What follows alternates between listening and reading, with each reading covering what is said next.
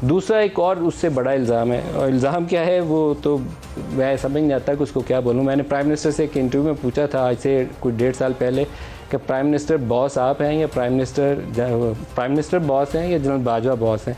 ये सवाल बड़ा मुश्किल था लाइव टीवी चैनल के ऊपर पूछना। उनके मीडिया के अंदर कुछ लोग, मुझे बाद में मेरे प्रोड्यूसर साहब ने और बाकी लोगों ने बताया, शहबाज गिल और बाकी लोग, वो इस पर बहुत परेशान थे और शोर करते थे कि ऐसा सवाल नहीं होना चाहिए।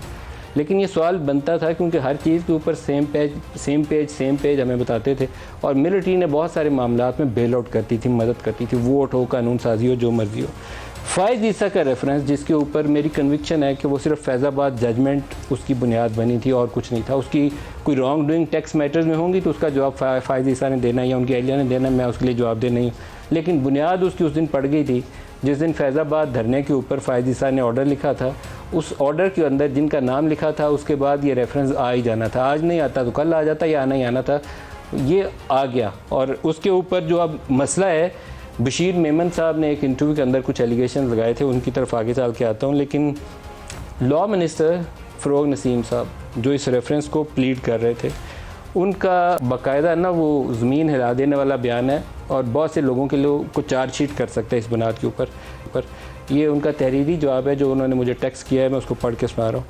जस्टिस फ़ाइज़ ईसा के ख़िलाफ़ रेफरेंस काबीना में आया ही नहीं। आप बताएं, एक सुप्रीम कोर्ट के चीफ जस्टिस, सीनियर तरीन जज के ऊपर रेफरेंस भेजा जा रहा है, और फॉर्मर लॉ मिनिस्टर फ़रोग नसीम कह रहे हैं जस्टिस फ़ाइज़ ईसा के ख़िलाफ़, ये बाकायदा ब्रेकिंग न्यूज़ है, जस्टिस फ़ाइज़ ईसा के ख़िलाफ़ रेफरेंस काबीना में आया ही नहीं। फ़वाद चौधरी के पास कोई सबूत है तो दिखा दें। फ़वाद चौधरी ने कहा था काबीना में मैंने मुखालफत की थी, वो कहते हैं फ़वाद चौधरी के पास कोई सबूत है तो दिखा दें। काबीना इजलास के तो पूरे मिनट्स तैयार होते हैं, मिनट्स के अंदर तो लिखा होगा, वो मिनट्स पेश कर दें। वो कहते हैं काबीना में कभी आया ही नहीं। आगे जाके कहते हैं कि अदलिया इमरान खान के ख़िलाफ़ नहीं है, जस्टिस फ़ाइज़ ईसा के ख़िलाफ़ कोई ज़ाती रंजिश भी नहीं है। ऐसी समरीज़ काफ़ी हसास नौइयत की होती हैं, इन पर काम तब तक नहीं किया जा सकता जब तक सदर और वज़ीर-ए-आज़म की तरफ से पेशगी क्लियरेंस इन एडवांस पहले उनसे इजाज़त ना मिल जाए। वज़ीर-ए-आज़म के एसेट रिकवरी यूनिट के पास दस्तयाब मवाद पर गौर करते हुए रेफरेंस भेजने पर इसरार करते थे। वज़ीर-ए-आज़म, प्राइम मिनिस्टर ऑफ पाकिस्तान, इसरार करते थे कि जो एसेट रिकवरी यूनिट के पास तफसीलात हैं, शहजाद अकबर साहब, वज़ीर-ए-आज़म को डुबोने में एक उनकी इकनॉमिक टीम, दूसरा governor state bank of Pakistan, और तीसरा शहजाद अकबर। ये नाम लिख रखिए, ये कभी तारीख में उनको दोबारा याद करने पड़ेंगे। वज़ीर-ए-आज़म एसेट रिकवरी यूनिट के पास दस्तयाब मवाद पर गौर करते हुए रेफरेंस भेजने पर इसरार करते थे।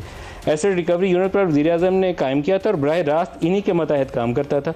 वज़ीर कानून के तौर पर मेरे 3 अदवार मुश्किल रहे और आम तौर पर मैं तहम्मुल का मुज़ाहरा करता हूँ। मेरे पास किसी भी शकूक व शुबहात को ख़त्म करने और रिकॉर्ड को दुरुस्त करने की पूरी सलाहियत मौजूद है। उनके पास पूरी तफसीलात मौजूद है। बताइए आप क्या करेंगे। मरियम औरंगज़ेब की भी कुछ खबरें बताएंगे, लेकिन ये खबरें काबीना के मिनट्स और ये फ़रोग नसीम, ये मेरे ख़्याल में बहुत सारे लोगों की ज़िंदगी मुश्किल करने के लिए यही काफ़ी है।